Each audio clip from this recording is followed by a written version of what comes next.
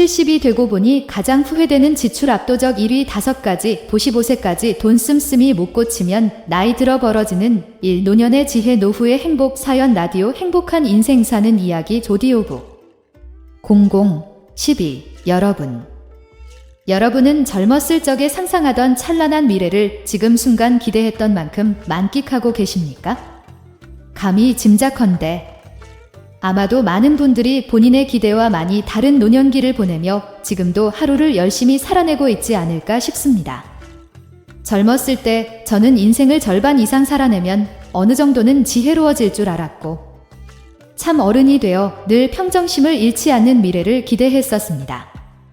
살면서 이런저런 일을 겪다 보면 자연스레 현명하게 사는 법을 터득할 줄 알았죠. 그런데 어찌 된 일인지 나이가 들수록 오히려 더 어려운 숙제처럼 느껴지는 것이 인생입니다. 노년기에 들어 인생에 참 다양한 숙제가 있음을 더욱 절실히 느낍니다만 그 중에서도 특히 돈이라는 녀석은 편하게 생각하기도 내 마음대로 다루기에도 여전히 어렵게 느껴집니다. 젊을 때는 누가 돈이 좀 더 있든 없든 별 차이도 없습니다. 그저 자기 인생 꾸려나가기 바쁠 뿐이지요. 그런데 나이가 들어서 주위를 둘러보니 누구는 여유있게 노후 생활을 즐기는데 누구는 아직도 밤낮 없이 돈 걱정에 시달립니다. 그저 우리 가족 배구를 일 없이 맛있는 음식 먹이는 것, 비와 추위를 막아줄 아늑한 집 한 칸이 아플 때 아무 고민 없이 병원에 갈 수 있는 여유만 있어도 충분할 텐데 이마저도 쉽지 않은 게 많은 분들이 직면하고 있는 현실입니다. 그럼에도 워낙 삶이 고되고 주변은 다 잘 사는 것 같다 보니 나만 사는 게 팍팍한 내가 인생을 잘못 살았나 걱정하는 분들도 계실 텐데요. 공신력 있는 지표를 살펴보면 많은 분들이 삶을 팍팍하게 느끼는 게 당연합니다. 실제로 지난해 OECD 발표에 따르면 우리나라의 노인 빈곤율은 무려 40.4%로 OECD 38개 국가 중 압도적인 1위입니다. 이웃나라 일본의 노인 빈곤율이 20.2%이고 OECD 전체 평균이 14.2%인 점을 고려하면 대한민국은 국가의 경제 수준에 비해 노인 빈곤율이 너무 높은 것이지요. 더불어 최근 장기화되고 있는 고금리와 불경기 그리고 가파른 물가 상승으로 인해 안 그래도 팍팍한 살림살이에 엎친 데 덮친 격으로 찬바람까지 불고 있습니다. 코로나 이후 연이어 계속되는 경제 불황 속에서 가장 크게 휘청거리는 연령층 또한 60세 이상의 노년층이라고 하니 그 세대에 속한 저 역시 마음이 참 복잡합니다. 한평생 하고 싶은 것, 차고 싶은 것 참아가며 자식들 뒷바라지하고 부모님 모시며 살아온 지금의 노년 세대에게는 더없이 서럽고 억울한 현실이 아닐 수 없습니다. 이런 현실을 그 누구보다 뼈저리게 경험하고 있는 분이 김 씨라는 분의 이야기를 주셨습니다. 70대 초반의 남성 김 씨는 현재 서울의 어느 동네에서 폐지를 주우며 생활하고 있습니다. 새벽에 리어카를 끌고 나가 점심은 밖에서 컵라면으로 때우고 늦은 오후가 되면 집으로 돌아오는 것이 매일같이 반복되는 그의 하루 일과입니다. 위험한 도로를 누비며 하루 종일 뼈 빠지게 일해봐야 그가 손에 쥘 수 있는 돈은 겨우 7.000원 남짓. 한 달 내내 쉼없이 일해도 채 30만 원이 안 되는 돈이지만 이마저도 다른 노인보다 더 부지런해서 이 정도입니다. 누구에게나 고돼 보이는 이런 현실에도 그는 감사하지 않으면 견딜 수 없기에 만족할 수밖에 없다고 합니다. 사실 그는 60세가 되던 해 30년 넘게 재직한 회사에서 은퇴한 퇴직자입니다. 퇴직과 동시에 난생 처음 보는 큰 돈을 퇴직금으로 수령했답니다. 젊은 시절부터 그와 아내는 월급을 쪼개 아들을 먹이고 입히고 가르치며 알뜰하게 살았습니다. 성실하게 일하며 허튼 곳에 낭비하지 않고 돈을 차곡차곡 모으다 보니 전세로 살던 집도 자가로 매입할 수 있었죠. 새 아들이 연달아 대학에 다닌 몇 년간은 학비 때문에 경제적으로 살짝 부담스럽기도 했지만 아이들 졸업만 시키고 나면 교육비 지출도 완전히 끝이니 조금만 더 버티자는 생각으로 허리띠를 더욱 졸라매기 했습니다. 그렇게 자식들은 대학을 무사히 졸업하고 대기업까지는 아니더라도 각자 건실한 회사에 취직해서 사회생활을 시작할 수 있었습니다. 이쯤 되니 어느덧 김 씨도 직장에서 퇴직할 때가 되었고 우리 부부에게도 안락한 인생이 임박하기 시작되리라는 부푼 꿈에 기대감이 컸다고 합니다. 실제로 퇴직 직후 몇 년간은 기대만큼 즐거운 노후 일상에 시간 가는 줄도 몰랐답니다. 평일 주말 상관없이 아내와 둘이서 마음 가는 대로 여행이나 나들이를 다니기도 하고, 뒤늦게 시작한 골프 취미에 푹 빠져서 친구들과 수차례 라운딩도 다녀왔다고 합니다. 그런데 너무 생각 없이 즐겨서 이런 생활이 반복되다 보니 매달 나오는 연금으로는 생활비가 턱없이 부족했습니다. 통장에 넣어둔 퇴직금으로 매달 부족한 생활비를 메꿨습니다.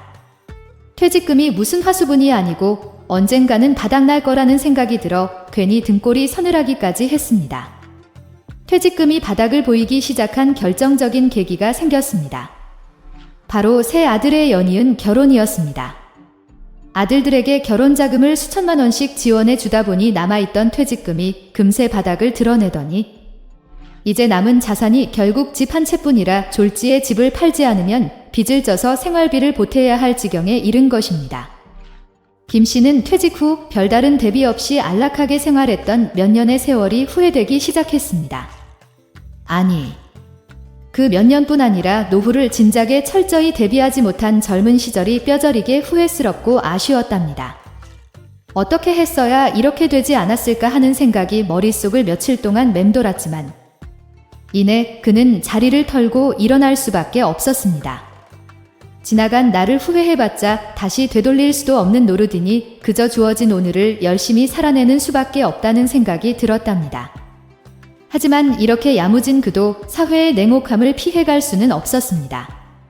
노년의 은퇴자 신분으로 일자리를 구하려니 건강 때문인지 나의 7시 46분 때문인지 써주는 곳을 찾을 수가 없었던 것입니다.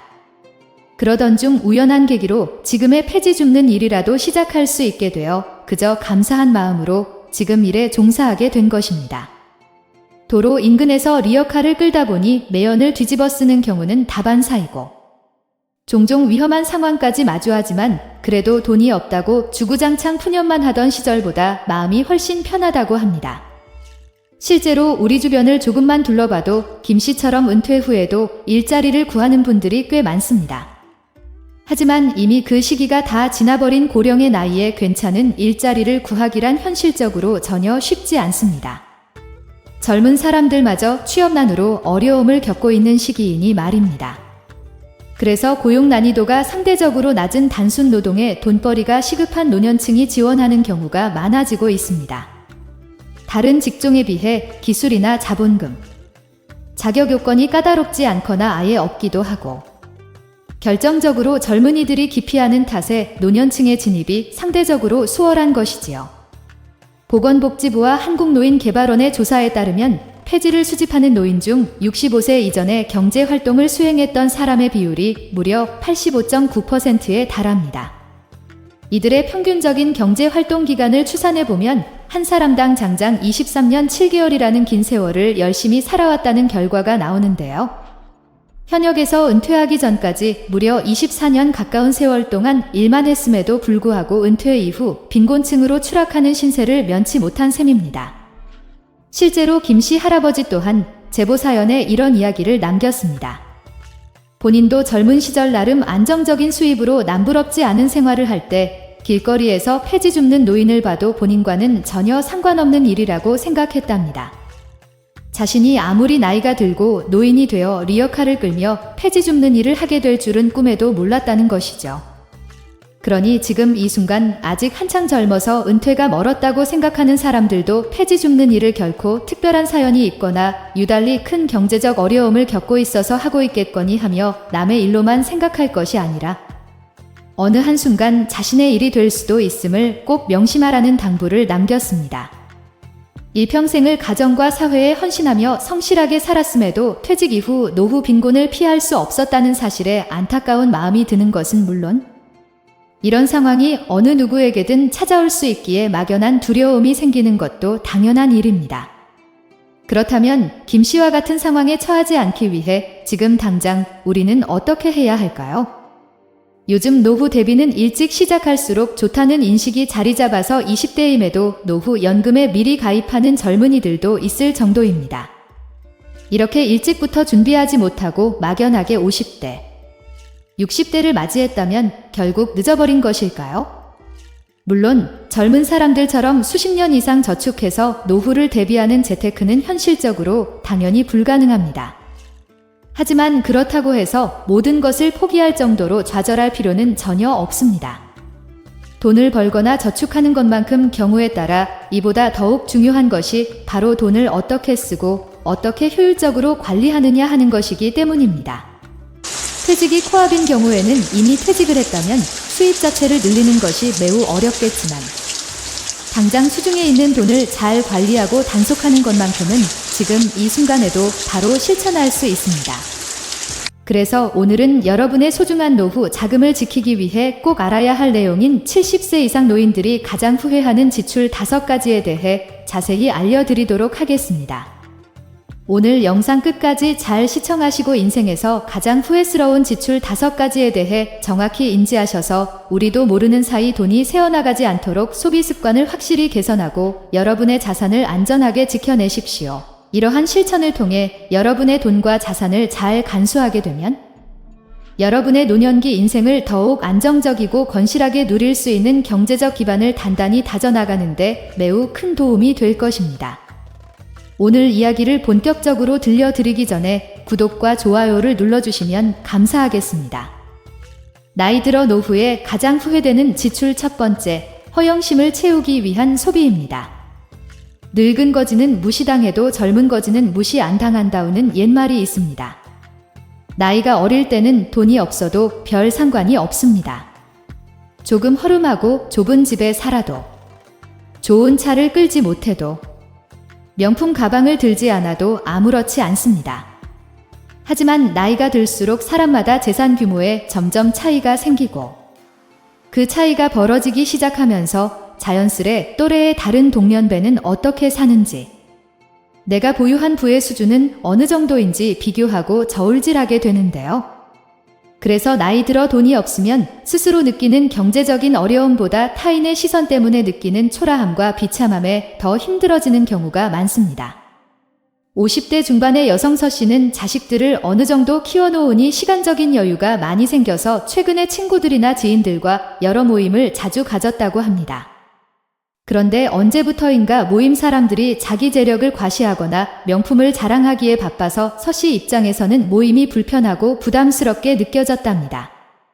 모임 때마다 매번 다른 명품 가방을 들고 나오는 사람, 남편이 생일 선물로 외제차를 뽑아줬다며 자랑하는 사람, 수백만 원이 드는 피부과 시술을 서로 아무렇지 않게 권하며 추천하는 모습이 서 씨의 처지와는 너무 거리가 멀어서 아무렇지 않은 척할 수가 없었던 것입니다. 다른 집들은 어쩜 저렇게 돈을 많이 벌어서 여기저기 온갖 비싼 것에 그렇게 돈을 뿌리고 다니는지 의아하면서도 부러울 따름이었다. 서 씨는 직장 생활을 하는 남편 월급으로 내 가족의 살림을 꾸리며 먹고 살기에도 빠듯했고, 명품이나 외제차, 피부과 시술은 꿈도 못 꿀 처지였습니다. 하루는 모임에 다녀와 남편에게 외제차 한 대 사면 어떻겠냐며 15시 18분 운을 띄워봤지만 남편은 매정할 만큼 단호했습니다. 심지어 갑자기 무슨 말을 들었냐면 차갑게 대하는 남편의 태도에 씨는 풀이 죽어 아무 말도 못했습니다.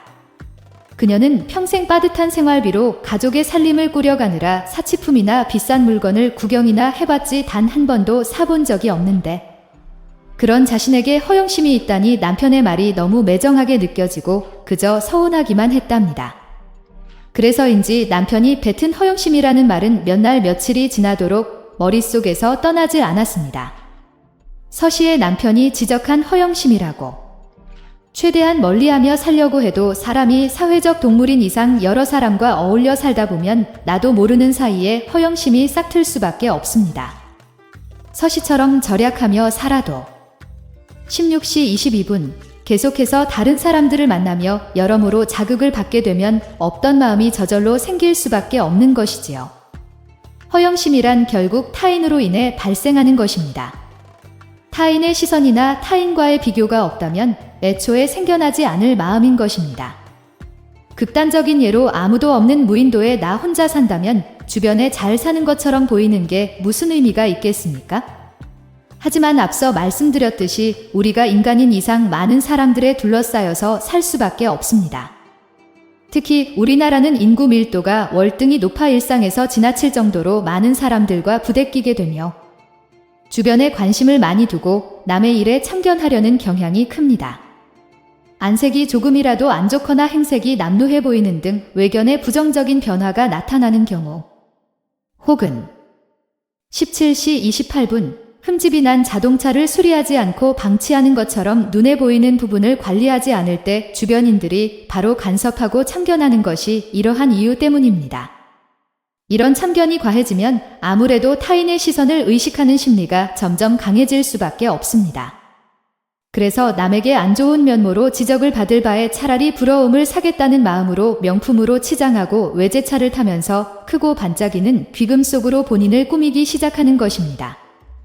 이런 계기로 촉발되어 시간이 지날수록 깊어져만 가는 허영심의 또 다른 문제점은 바로 중독성이라는 것입니다. 몇 번의 과소비만으로는 쉽게 만족할 수 없고 욕심도 점점 커져서 이전보다 더 큰 사치를 바라게 되지요. 지금 당장 수백만 원짜리 명품 가방을 사도 그 가방만 들고 나가는 본인 모습에 또 아쉬움이. 18시 34분 생기고 새롭고 더 비싼 명품을 원하게 되는 것입니다. 이렇게 어리석은 소비를 예방하고 싶다면 주변에 가치 없는 참견에 심각하게 귀 기울이지 마십시오. 그리고 혹여 자신의 경제 여건에 맞지 않는 사치품에 큰 욕심이 생겼다면 그 원인이 허영심 때문은 아닌지, 즉 다른 사람의 시선을 너무 의식한 결과는 아닌지 신중하게 돌이켜볼 필요가 있습니다. 우리 주변을 조금만 둘러봐도 사치품, 외제차, 필요 이상으로 큰 집 등 자신의 상황에 맞지 않는 무리한 소비를 즐기다가 값비싸게 산 사치품을 결국 헐값에 처분하며 크게 후회하는 사람들을 쉽게 볼 수 있습니다. 그러니 여러분은 허영심이 부추기는 거짓된 부유함을 경계하십시오. 혹여 그런 소비가 가능하더라도 이 순간이 영원하지 않음을 명심하십시오.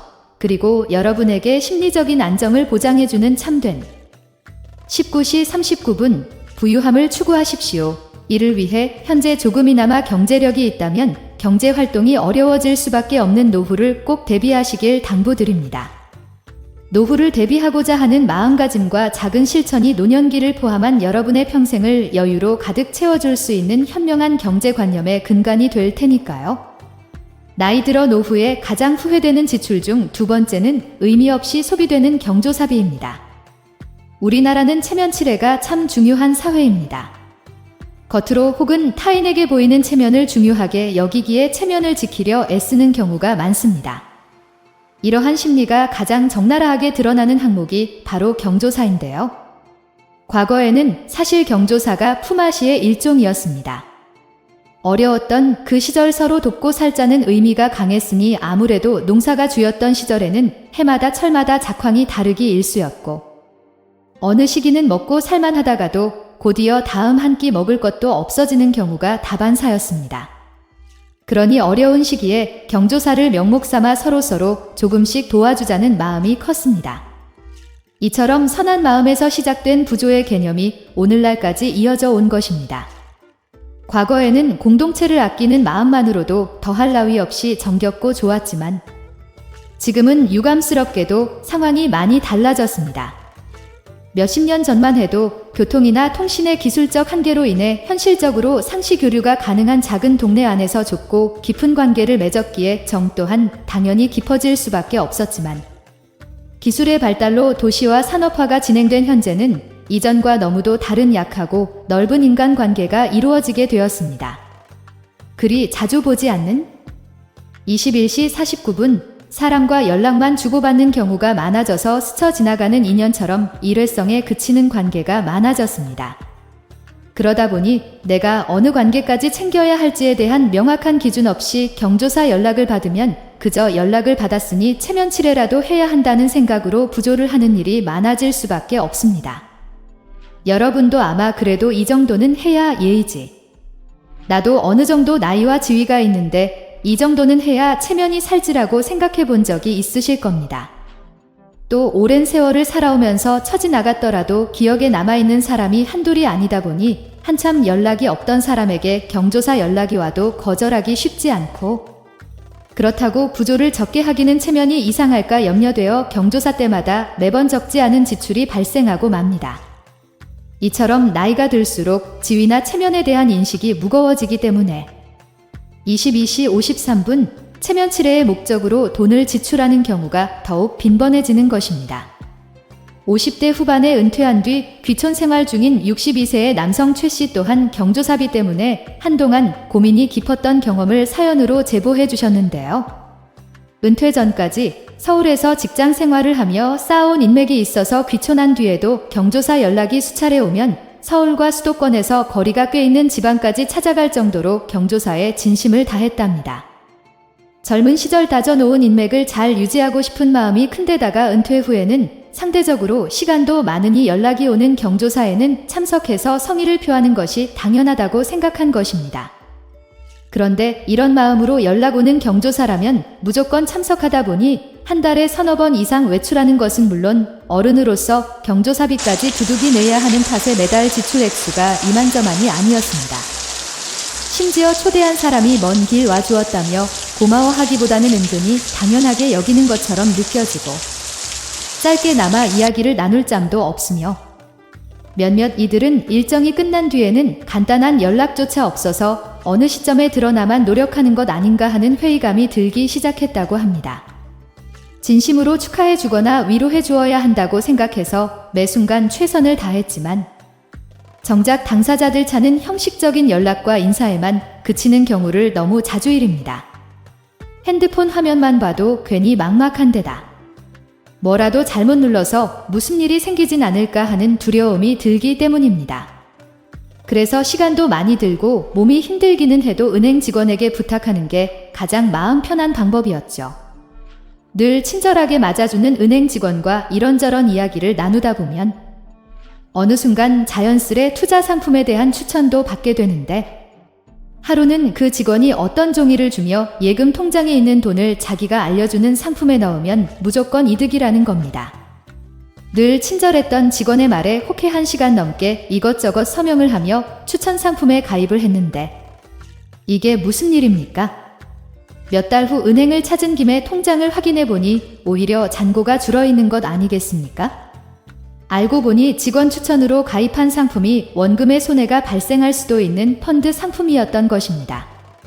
박 씨가 상품에 가입한 후 연이어 하락장이 덮쳐온 탓에 수익률이 마이너스가 돼버린 것이지요. 박 씨는 본인이 제대로 이해하지 못한 펀드 상품에 가입해서 어찌 보면 본인 의지와 무관하게 위험성이 큰 상품에 투자하고 있었던 것입니다. 박 씨의 경우처럼 노년층이 수록 이러한 위험 상품의 먹잇감이 되기 쉽습니다. 지금의 노년층은 평생을 열심히 벌었기에 퇴직금, 노후 자금 등 어느 정도 규모가 있는 현금 자산을 보유하고 있지만 이와는 별개로 그 돈을 어떻게 굴려야 자산 규모를 안전하게 키울지에 대한 경험과 지식이 부족한 경우가 많습니다. 그래서 검증되지 않은 주변인의 말만 듣고 투자했다가 평생을 피땀 흘려 모은 목숨 같은 노후, 자금을 허무하게 잃는 사례가 빈번히 발생하는 것입니다. 이런 일도 모자라 가까운 사람인 마냥 교묘하게 속임수를 쓰는 보이스 피싱 범죄까지 난무하는 요즘이니 노년층의 통장이 안전할 날이 없는 것이 현실인데요. 이렇게 발생하는 손실은 그 어떤 지출보다 크고 심각한 충격과 깊은 상처를 주기 때문에 안 그래도 주의가 필요한 노년기에 일상생활의 자산 부족, 심리적 불안정 등 심각한 타격을 불러옵니다. 그러니 만약 여러분이 금융 지식이 부족하다 생각된다면 안전한 예금이나 적금에만 돈을 보관하는 것이 가장 안정적이며 그럼에도 불구하고 미래를 위해 어떤 금융상품에 투자하고 싶다면 그 상품의 약관, 계약서 등 상품의 모든 내용을 확실히 이해할 수 있도록 꼼꼼히 알아보고 빈틈없이 살펴보시길 바랍니다. 아무리 열심히 살펴봐도 상품 내용을 이해하기 어렵다면 금융에 대한 공부가 반드시 필요한 상황이니 성가시고 귀찮다며 피하지 마시고 여러분의 안락한 노후를 위해 금융과 경제라는 분야에 크게 관심을 가지고 착실히 공부해 보시길 감히 권장해 봅니다. 나이 들어 노후에 가장 후회되는 지출. 네 번째는 일상생활에 전혀 불필요한 소비입니다. 흔히들 소비는 습관이라고 이야기하지요. 소비라는 행위는 분명 일상생활에 반드시 필요한 행위이지만 습관이 잘못 들면 오히려 너무 지나쳐서 문제가 되는 경우도 많습니다. 작은 소비가 쌓이고 쌓여서 큰 지출로 이어지기 때문입니다. 특히 요즘에는 과거에 없었던 참신한 아이디어, 제품이나 가격 대비 성능이 높다며 홍보하는 저렴한 상품, 우리 마음을 혹하게 만드는 여러 광고 매체들로 인해 지갑이 더욱 쉽게 열리기도 합니다. 심지어 스마트폰으로 버튼 몇 번 누르거나 스마트폰을 갖다 대기만 해도 결제가 되니 더더욱 지출이 쉬운 환경이 되었습니다. 이렇게 심각한 인식 없이 습관적으로 소비하다 보면 이미 가지고 있는 물건을 여러 번 샀거나 꼭 필요하지 않는데도 괜히 구매해서 몇 번 쓰지도 않고 집 한 구석에 처박아 두는 상황이 많이 생깁니다.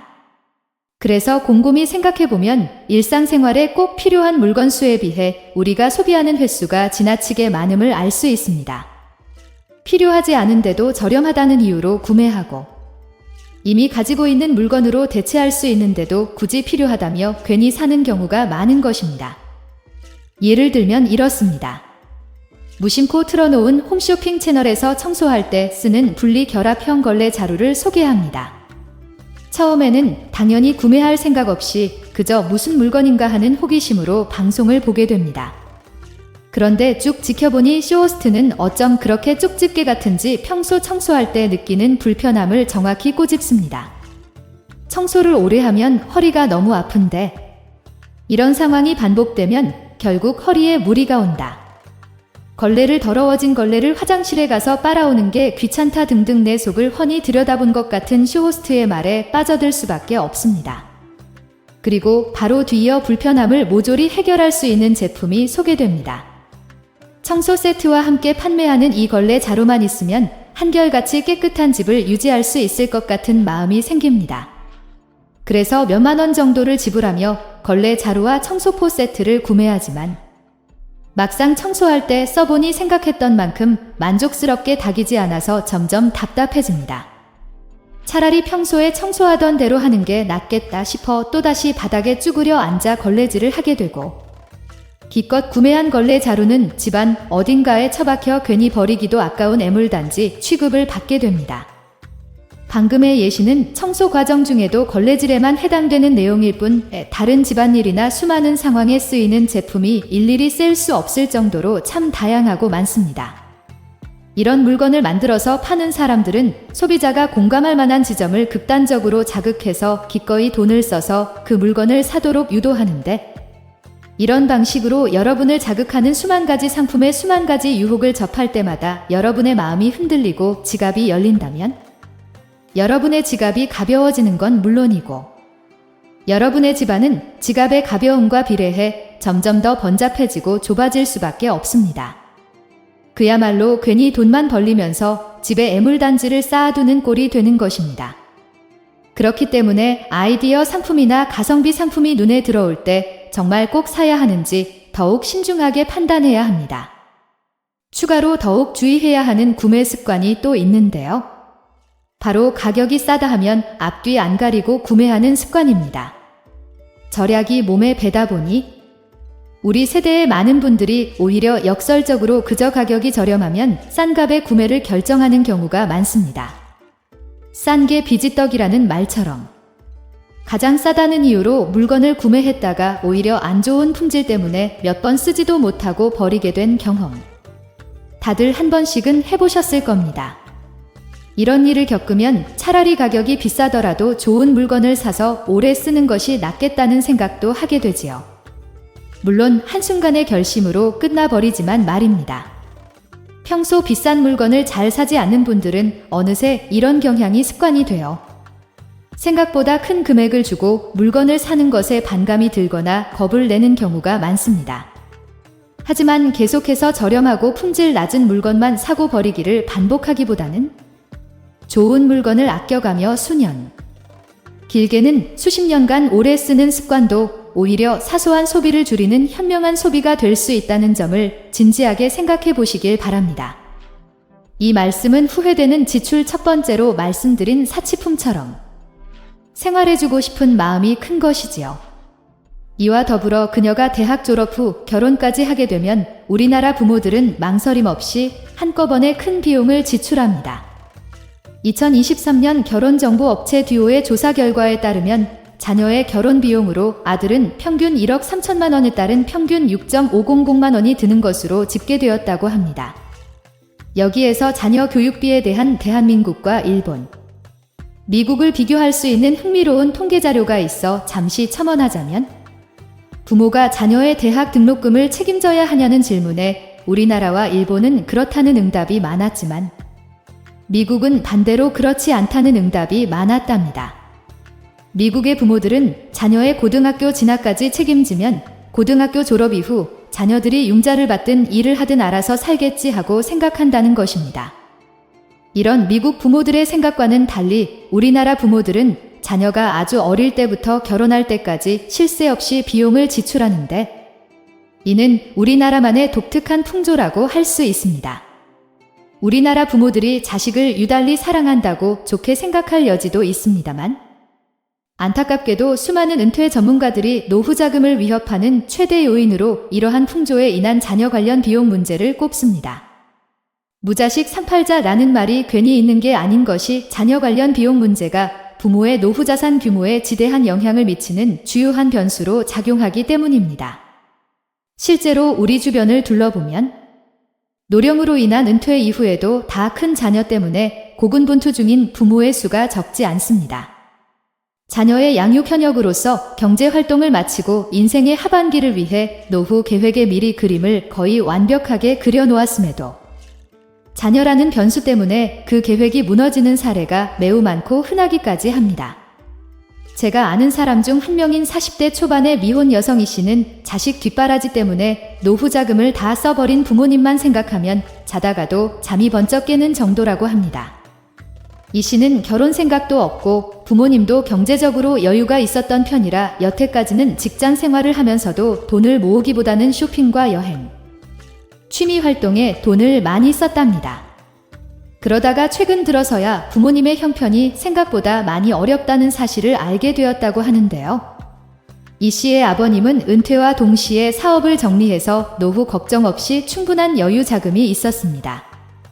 이 씨가 작은 아파트를 구입할 때도 이 씨의 결혼 자금으로 모아둔 돈이라며 꽤나 큰 금액을 처음 지원해 주었기에 부모님이 경제적으로 힘들어질 거라고는 감히 상상도 못했답니다.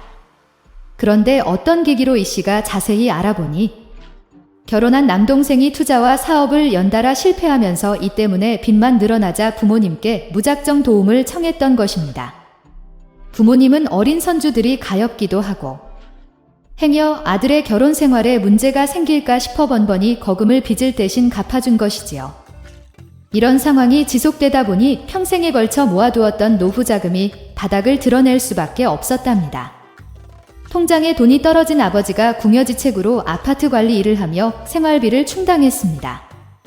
이마저도 건강 문제로 그만두게 되어 이 씨의 고민이 더욱 깊어지게 되었다고 합니다.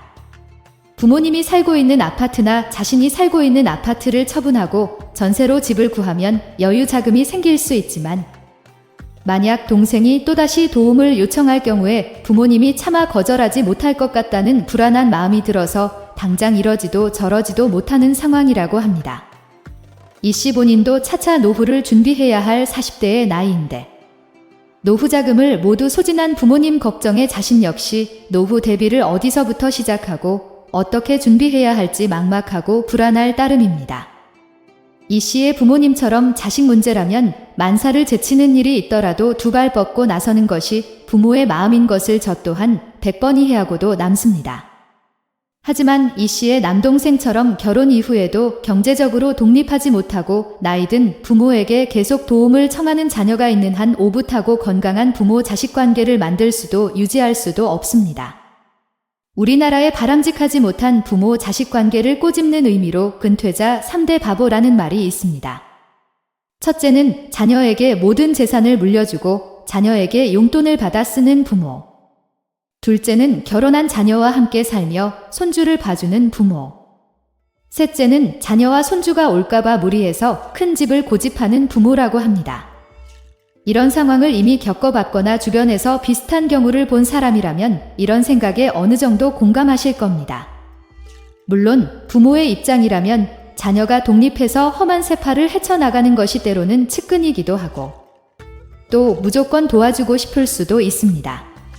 하지만 무엇이 자녀를 위한 길인지 곰곰이 생각해 본다면, 그리고 무엇이 가족 모두에게 행복한 길일지 신중하게 고민해 본다면 결국 경제적, 정서적으로 각자 독립된 삶을 꾸리면서 서로의 영역에 일절 간섭하지 않고 존중해야 함을 깨달을 수 있을 것입니다.